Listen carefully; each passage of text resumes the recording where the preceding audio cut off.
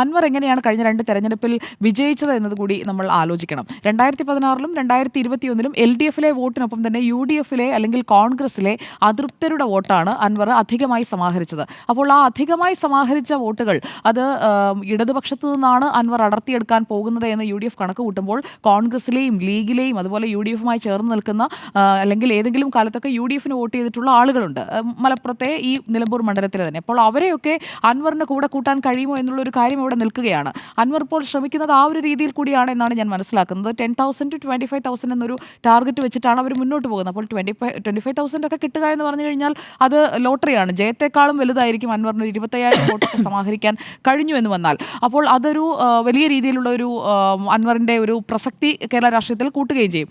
ഇവിടെ പക്ഷേ ഇപ്പോൾ അൻവർ പോരാടുന്നത് ഞാൻ കഴിഞ്ഞ ദിവസമൊക്കെ സൂചിപ്പിച്ചതുപോലെ പിണറായി സത്തനെതിരെ പോരാടാനായിട്ടാണ് LDFിൽ നിന്ന് കൊമ്പ് കുലുക്കി അവിടെ നിന്ന് MLA സ്ഥാനമൊക്കെ രാജിവെച്ച് അൻവർ ചാടി പുറപ്പെട്ടത്. എന്നാൽ ഇപ്പോൾ മത്സരിക്കുന്നത് സതീശൻ ഇസത്തിനെതിരെയാണ്, ഷൗക്കത്ത് ഇസത്തിനെതിരെയാണ്. അപ്പോൾ ആര്യാടൻ ഷൗക്കത്തിനെയും VD സതീശനെയും തോൽപ്പിക്കാൻ വേണ്ടി അവർക്കെതിരായ കാര്യങ്ങൾ കൂടുതലായി പറയുമ്പോൾ PV അൻവറിന് പിണറായി വിജയനെതിരെ പറയാനുള്ള കാര്യങ്ങൾ മറന്നുപോകുമോ എന്നും കൂടി നമുക്ക് ഈ പ്രചാരണ ദിവസങ്ങളിൽ കാണേണ്ടിയിരിക്കുന്നു.